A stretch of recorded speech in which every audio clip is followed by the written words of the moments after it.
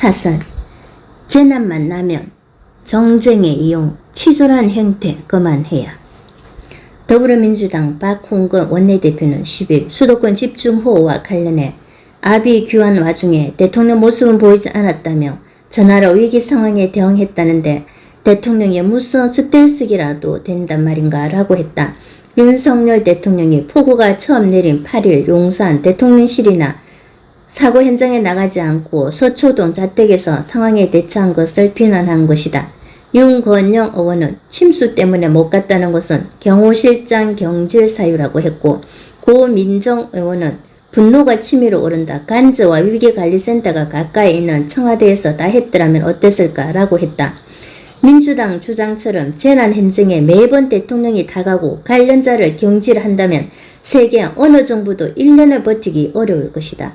현실적으로 불가능하고 합리적인 것도 아니다. 공무원들이 사고 수습보다 대통령 보고와 의전에 더 신경 쓰기 때문이다.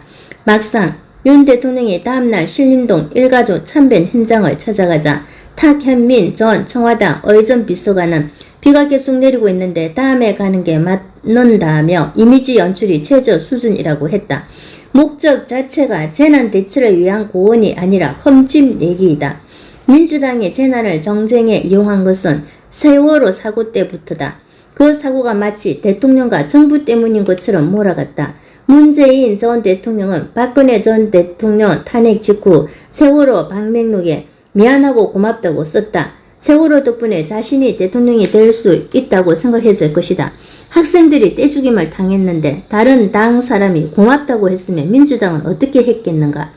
낚싯배 전복 사고가 일어나자 문 정부는 청와대 수석회의에서 단체 묵념을 하고 국가적 안보위기 때 동원하는 국가위기관리센터까지 가동하는 코미디를 벌였다. 그런데 문 전 대통령은 남북 정상회담 이후에는 북한이 해수부 공무원을 사살해도 개성 남북 공동 연락사무소를 폭파해도 위기관리센터에 나타나지 않았다. 차기 민주당 대표가 유력한 이재명 의원은 이천 물류센터 화재 당시 경남 창원에서 떡볶이 먹방을 찍었다. 그는 화재 현장에 반드시 도지사가 있어야 한다고 비판하는 것은 과도한 주장이고 억측이라고 했다. 지금 입장은 뭔가?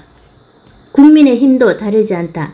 야당이던 2018년 밀양 세종병원 화재가 일어나자 문재인 정부가 정치 보복을 한다고 북한 행송을 뒤치다거리 한다고 국민 생명을 지키지 못하다며 청와대 비서진과 내각은 총사퇴하라고 주장했다.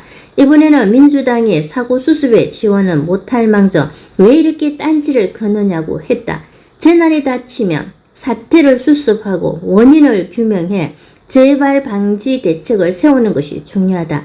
하지만 여야 정치인은 어떻게 하면 이를 상대방 비난과 공격에 이용할지에만 몰두한다. 그 방식과 논리도 치졸하기 이를 데 없다. 부끄러운 줄 알고 이제는 그만해야 한다.